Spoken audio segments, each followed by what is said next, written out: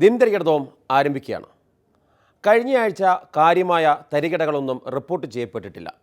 ഒളിഞ്ഞുകിടക്കുന്ന തരികിടകളെല്ലാം കൂടി ഉടൻ പുറത്തു വരുമെന്ന് അങ്ങ് കന്യാകുമാരിയിൽ നിന്നും വെള്ളാപ്പള്ളി മുതലാളി പ്രസംഗിച്ചിട്ടുണ്ട്.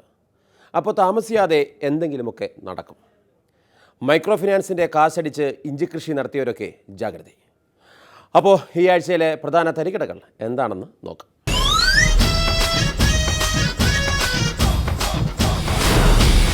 എന്ത് പറ്റിയതാ? ആ പോയ 3 പേർക്ക് ഒരു ഐഡിയ ഞാൻ പറഞ്ഞു കൊടുത്തതാ, കേട്ടിട്ടില്ലേ? An idea can change your life. Vegetarian സമരം അവസാനിപ്പിച്ച് പോലീസിന്റെ അടികൊള്ളാൻ KSUക്കാർക്ക് കെ മുരളീധരന്റെ ഉപദേശം. അറഞ്ചം പുറഞ്ചം അടിവാങ്ങി KSU പിള്ളർ.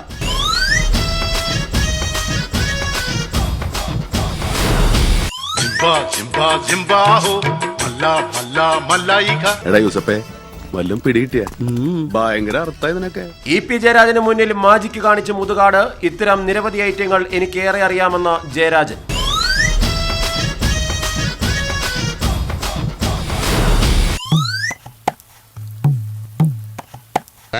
മലയ്ക്ക് പുറത്ത് കോടമഞ്ഞിൻ പട്ടുടുത്ത് മലയാളി വളർത്തുന്ന റബ്ബറുണ്ട്. ഒഴിവു ദിവസത്തെ കളി പോലെ കേരള കോൺഗ്രസിന്റെ സ്റ്റിയറിംഗ് കമ്മിറ്റി. ഇതൊക്കെ എന്റെ ഗതി എന്താകുമെന്ന് എനിക്ക് ഇപ്പോഴും അറിഞ്ഞുകൂടാ.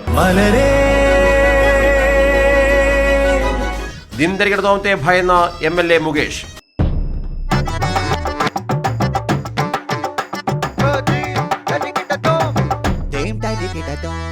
KSU എന്ന് പറഞ്ഞാൽ എന്താണ്? ഒരു കാലത്ത് കേരളത്തിൻ്റെ തിരുവോരങ്ങളിൽ കത്തിനിന്ന പ്രസ്ഥാനമാണ്. ഇപ്പോൾ പഴയ പോലെയല്ല, വെജിറ്റേറിയൻ കക്ഷിയായി മാറി. എന്നാൽ ഭരണം പോയ സാഹചര്യത്തിൽ നോൺ വെജിറ്റേറിയനായി പോയി തല്ലുകൊള്ളാൻ കെ മുരളീധരൻ MLA പറഞ്ഞപ്പോൾ അതും കേട്ട് സെക്രട്ടേറിയറ്റിന് മുന്നിൽ വന്നു നിന്ന് പോലീസിൻ്റെ മോന്തക്കിട്ട് കുത്തി ഊടുപാട് തല്ലും വാങ്ങി കിടക്കുകയാണ് പാവം പിള്ളർ. ആരെങ്കിലും എന്തെങ്കിലും പറയുന്ന കേട്ട് അടിവാങ്ങിയ KSUക്കാർക്കൊപ്പമാണ് ദിനദരികിടതമിൻ്റെ ആദ്യ കാഴ്ച. ശിഷ്യന്മാരെ, നമ്മൾ 5 വർഷം കാത്തിരുന്ന ദിവസം നാളെയാണ്.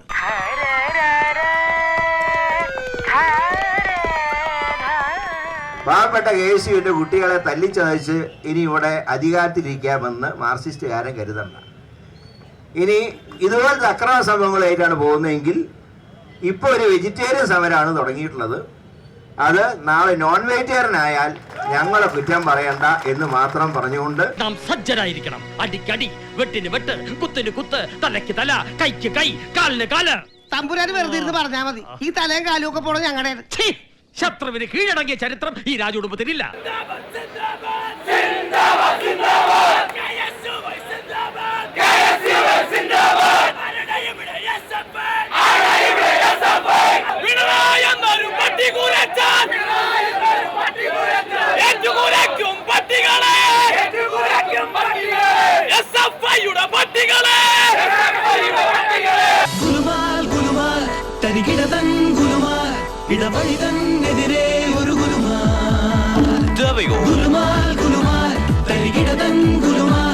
ഇടവഴിതന്നെതിരെ ഒരു കാണാത്തതു കണ്ടു നടക്കണ കാഴ്ചക്കാരുടെ നാടാണ്. എഴുതാപ്പുറമെല്ലാം വായിച്ചാനന്ദിക്കണ നാടാണ്. ഇടവും പലവും തിരിയും നേരം പിടിയും പതിയും പതിവാണ്. നേരും നെറിയും പേരിൽ പോലും കാണാനില്ലല്ലോ. ഒന്നുകിൽ ആശ എന്റെ നെഞ്ചത്ത്, അല്ലെങ്കിൽ കളരിക്ക് വെളിയിൽ. 2 സംഭവിച്ചു.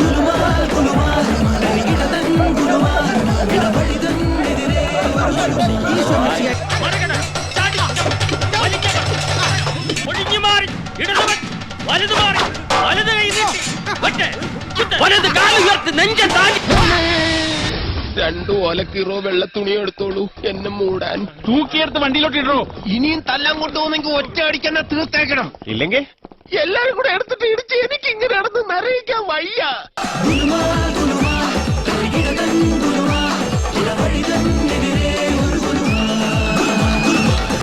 എന്ത് പറ്റിയതാ? ആ പോയ 3 പേർക്ക് ഒരു ഐഡിയ ഞാൻ പറഞ്ഞു കൊടുത്തതാ, കേട്ടിട്ടില്ലേ? An idea can change your life.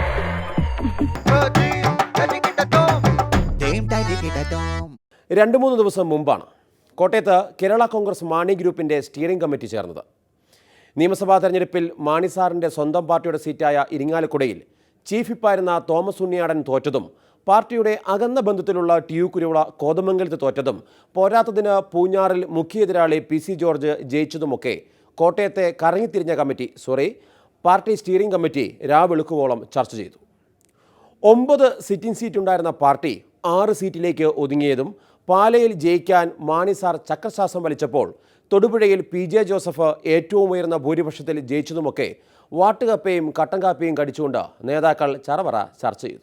പക്ഷേ UDF എന്തുകൊണ്ട് തോറ്റു എന്ന കാര്യത്തിൽ കമാന്നൊരക്ഷരം അധ്വാനവർഗ സിദ്ധാന്തത്തിൻ്റെ പാർട്ടി പുറത്തു മിണ്ടിയില്ല. അപ്പോൾ അകത്ത് എന്തെല്ലാം കാര്യങ്ങൾ ചർച്ച ചെയ്തു എന്ന് അന്വേഷിച്ചപ്പോഴാണ് ചില രഹസ്യങ്ങൾ പുറത്തു വന്നത്. ഈ ക്രിസ്തുവിനെ ക്രൂശിലേറ്റുവാനായി അലറി വിളിച്ച പുരുഷാരം കള്ളനും കൊള്ളക്കാരനുമായ ബറാബാസിനെ വിട്ടയക്കൂ, നസറത്തുകാരൻ യേശുവിനെ ക്രൂശിക്കൂ എന്ന് വിളിച്ചു പറഞ്ഞതുപോലെ ബാർക്കോഴ ആരോപണത്തിൽ മാണിസാറിനെ ക്രൂശിക്കാൻ ചില പ്രധാന കോൺഗ്രസ് നേതാക്കൾ ആക്രോശിച്ചത് എന്നാണ് സ്റ്റിയറിംഗ് കമ്മിറ്റിയുടെ കണ്ടെത്തൽ. എന്നിട്ടും ബാർക്കോഴയിൽ ഗൂഢാലോചന നടത്തിയ ആ നേതാക്കൾ ആരാണെന്ന് മാണിസാറും പറയുന്നില്ല. ഒഴിവു ദിവസത്തെ കളി പോലെ ഒഴിവു ദിവസത്തെ മീറ്റിംഗായി കോട്ടയത്തെ മാണി കോൺഗ്രസ് മാറി.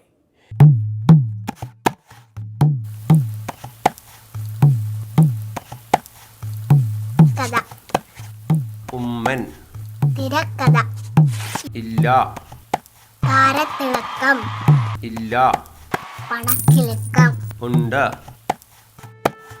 മ്യൂസിക് കുറച്ച്, സഹ്യമലക്ക് പുറത്ത് കോടമഞ്ഞിൻ പട്ടുടുത്തു മലയാളി വളർത്തുന്ന റബ്ബറുണ്ട്, പണ്ട് മലയാളി വളർത്തുന്ന റബ്ബറുണ്ട്, പാല് വിറ്റ പണം കൊണ്ട് കാറിലേറി വിലസുന്ന കുടിയേറ്റക്കാരനു തണ്ടുമുണ്ട്. എന്തായാലും ഇത്രയുമായ സ്ഥിതിക്ക് മാണി സാറിനോട് ദിന്തരികിടതവും ചില ചാട്ടുളി പോലത്തെ ചോദ്യങ്ങൾ ഉയർത്തുകയാണ്. അതിനു മുമ്പ് മാണി സാറിനെ വേദിയിലേക്ക് ക്ഷണിക്കാം. കേരളം കണ്ടിട്ടുള്ള ഏറ്റവും സുധീരനായ നേതാവ്, ഇന്ത്യൻ രാഷ്ട്രീയത്തിന്റെ അധികാരകൻ പ്രിയപ്പെട്ട മാണി സാറ് ഏതാനും നിമിഷങ്ങൾക്കുള്ളിൽ തന്നെ ഈ സമ്മേളന വേദിയിൽ എത്തിച്ചേരുകയാണ്.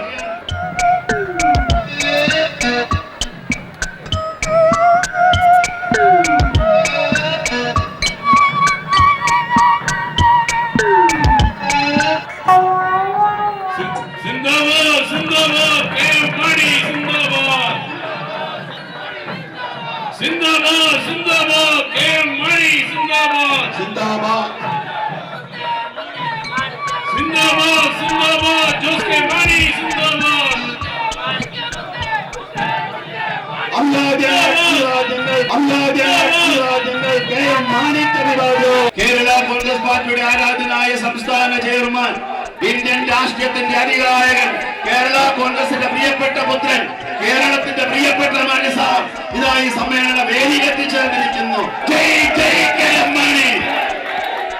മാണി സാർ റെഡിയല്ലേ? എന്തായിരുന്നു മാണി സാറിനെതിരെ കഴിഞ്ഞ മന്ത്രിസഭയുടെ കാലത്ത് നടന്നതൊക്കെ? സത്യം ആത്യന്തികമായി വിജയിക്കും എന്ന് ഞാൻ പറഞ്ഞിട്ടുണ്ട്. സത്യത്തിൻ്റെ ചുരുളുകൾ ഓരോന്ന് അഴിയുന്നുണ്ട്, ഗൂഢാലോചനകളുടെ ചുരുളുകളും അഴിയുന്നുണ്ട്. എനിക്കതിൽ കൂടുതലൊന്നും പറയാനില്ല. കോൺഗ്രസിന്റെ പല ഇടപെടലുകളും അങ്ങേക്ക് എതിരായിരുന്നു എന്നല്ലാണ് പറയും. അവരെ എന്നെയും കേരള കോൺഗ്രസിനെയും നശിപ്പിക്കാനായിട്ടുള്ള ശ്രമത്തിലായിരുന്നു. പക്ഷേ ദൈവത്തിൻ്റെ അദൃശ്യമായ കരങ്ങളിൽ ഞാൻ സംരക്ഷിക്കപ്പെട്ടു എന്നുള്ള ഉത്തമ വിശ്വാസമാണ് എനിക്കുള്ളത്. ഇതൊന്നും ഞാൻ ഒന്നും പരിഭവമില്ലാതെ, വിദ്വേഷമില്ലാതെ, ആരോടും പകയില്ലാതെ ഇതൊക്കെ കണ്ടും കേട്ടും സഹിച്ചും ഒക്കെ ഞാൻ മുന്നോട്ട് പോവുകയാണ്. എന്തിനാണ് മാണി സാറിനെ മാത്രം ഉന്നം വെക്കുന്നത്? മറ്റെന്തെല്ലാം വിഷയങ്ങൾ ഇവിടെയുണ്ട്. നമ്മൾ നിയമസഭയിൽ പ്രസംഗിക്കുക, ഒന്നാം തരം പ്രസംഗം ചെയ്തു, ആർക്കും വേണ്ട. അതിനിടയ്ക്ക് മാണിയുടെ മൂക്ക് ഇങ്ങനെ കൂന്നിരിക്കുന്നു എന്ന് പറഞ്ഞാൽ അതായി. ശരിക്കും അങ്ങനെയാണോ? എനിക്ക് തോന്നുന്നു. ഞാൻ നിങ്ങളെ പഠിപ്പിക്കാൻ ആളല്ല, ഞാൻ തമാശ ഒരു സൗഹൃദ സംഭാഷണത്തിൽ പറയുന്നുള്ളൂ. പക്ഷേ അങ്ങയെ പലരും ഇപ്പോഴും വേട്ടയാടുവാണല്ലോ. കഴിഞ്ഞ കാലങ്ങളിലായി, അടുത്ത നാളുകളിലായി വേട്ടയാടിയിട്ടുള്ള ആളുകൾ വാസ്തുവിലും നീചമായിട്ട് എന്നോട് പ്രവർത്തിച്ചു. എനിക്കതൊന്നും പറയാനില്ല. എന്നെ വളരെയധികം ആക്ഷേപിച്ചു. ഞാനിതൊക്കെ സഹിച്ചു. എന്നിട്ടും അങ്ങ് ഇതാരാണ് ഗൂഢാലോചനയ്ക്ക് പിന്നിലെന്ന് പറയുന്നില്ലല്ലോ. ഞാൻ പറഞ്ഞത് എൻ്റെ രക്തത്തിന് വേണ്ടി ദാഹിക്കുന്ന ചില കേന്ദ്രങ്ങളുണ്ട്, ചില വ്യക്തികളുണ്ട്, ചില ശക്തികളുണ്ട്. എന്നെ വേട്ടയാടിക്കൊണ്ടിരിപ്പുണ്ടായിരുന്നു. എനിക്കതിൽ മനോവേദന ഉണ്ടെങ്കിലും ഞാനതിനെയൊക്കെ പിടിച്ചു നിൽക്കുകയാണ്. എനിക്ക് വിൽ പവറുണ്ട്, എൻ്റെ കൂടെ എൻ്റെ ജനങ്ങളുണ്ട്. ദൈവം എന്നെ കാത്തുകൊള്ളും. പാലായിലെ ജനങ്ങളും കേരളത്തിലെ ജനങ്ങളും എന്നെ കാത്തുകൊള്ളും. കാരണം സുതാര്യവും സംശുദ്ധവുമായാണ് എൻ്റെ രാഷ്ട്രീയം. ഞാൻ കേരളത്തിലെ ജനങ്ങൾക്ക് വേണ്ടി മാത്രമാണ് പ്രവർത്തിച്ചിട്ടുള്ളത്. എനിക്ക് സ്വകാര്യമായി വേറൊന്നുമില്ല. ഞാൻ എൻ്റെ കള്ളക്കഥകളൊന്നുമില്ലല്ലോ. എൻ്റെ ജീവിതം സുതാര്യമാണ്. ആർക്കും ഒന്നും മറച്ചു വയ്ക്കാൻ എല്ലാം തുറന്ന പുസ്തകമാണ്. അങ്ങനെയുള്ള ഞാൻ ആരെ ഭയപ്പെടണം? ഉമ്മൻചാണ്ടി അങ്ങയെ സഹായിച്ചില്ലേ? ശ്രീ ഉമ്മൻചാണ്ടിയെ പറ്റി ഇങ്ങനെ പറയരുത്. ഞാൻ വീണ്ടും ഗൂഢാലോചനയിലേക്ക് എത്തുകയാണ്. ഈ നേതാക്കളെക്കുറിച്ച് അറിഞ്ഞപ്പോൾ അങ്ങയുടെ പ്രതികരണം എന്താണ്? ഗൂഢാലോചനയൊക്കെ വന്നുകൊണ്ടിരിക്കുന്ന സന്ദർഭത്തിൽ അതിന് ചുരുളുകൾ അഴിയുന്ന സന്ദർഭത്തിൽ ഞാൻ വല്ലോ അതിനെ കമൻറ്റ് ചെയ്യേണ്ട കാര്യമുണ്ടോ? ശരി, ഈ പറയുന്ന UDF അങ്ങയോട് നീതി കാട്ടിയോ? അങ്ങ് പറഞ്ഞതൊക്കെ അവർ കേട്ടോ? UDF പോയിട്ട് വലിയ കാര്യമില്ല. നമ്മളൊരു പ്രധാനപ്പെട്ട കാര്യം പറഞ്ഞു, അത് ഗൗരവമായി UDF പരിഗണിച്ചില്ല. ഞാൻ ഇതിനെ തിരുവനന്തപുരം വരെ ബുദ്ധിമുട്ടേണ്ട കാര്യമില്ലല്ലോ എന്ന് കരുതി എന്നുള്ളതേ ഉള്ളൂ. ഉമ്മൻചാണ്ടിയെ സംശയിക്കാമോ? ഉമ്മൻചാണ്ടി ഒന്നും അങ്ങനെ ഒരു ഇതുമായിട്ടൊരു അങ്ങനെ ഉമ്മൻചാണ്ടി അറിഞ്ഞുകൊണ്ട് ഇങ്ങനെ ചെയ്തു എന്ന് പറയുന്നത് ഞാൻ വിശ്വസിക്കുന്നില്ല. ശരി, അങ്ങേക്ക് 1 minute rest. Shri PC George, ആരാണ് മാണി സാറിനെതിരെയുള്ള ഗൂഢാലോചനയ്ക്ക് പിന്നിൽ? എന്നോട് പറയാവോ? നീ ശരിയല്ലെന്ന് എനിക്ക് പണ്ടേ അറിയാം. എല്ലാം വിട്ടു. മാണി സാറിനോട് ഏറ്റവും അവസാനമായിട്ട് ചോദിക്കുക, ബാർക്കോഴ കേസിൽ ഗൂഢാലോചന നടത്തിയത് ആരാ സാറേ? എനിക്ക് നീതി ലഭിക്കേണ്ടുന്ന കേന്ദ്രങ്ങളിൽ നിന്നൊന്നും എനിക്ക് നീതി ലഭിച്ചതായിട്ട് എനിക്ക് തോന്നലില്ല. പാലായിലുള്ളവർക്ക് പാലാണ് റബ്ബർ, മലയാള നാടിന്റെ നട്ടെല്ലു റബ്ബർ. ഇവിടെ പലരുടെയും നട്ടെല്ലും റബ്ബർ.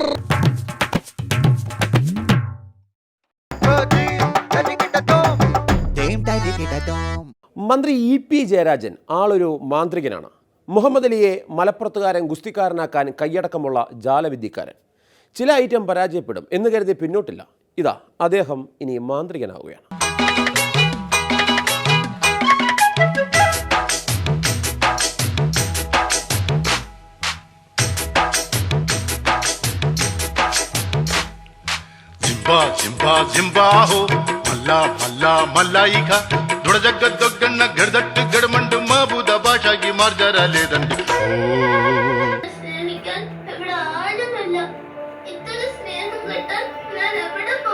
എടാ യൂസപ്പേ, വല്ലതും പിടികിട്ടിയ?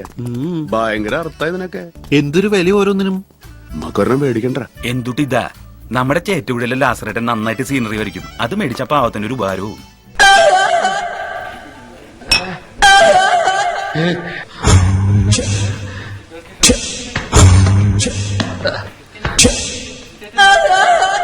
ما في حالاتي خمرة كالبتي كخنت مراتي كتير ماتي يفعل فما هاي فما بيرد سيد سندر يلفت كلاتي إنديان إيرلاينز فلايت أديشن جانت برشلونة أكمل بيدا مكتشكل السكرة يلي كل خمرة أو ترى بيجل ديكون بلوتنا كابل ما يدو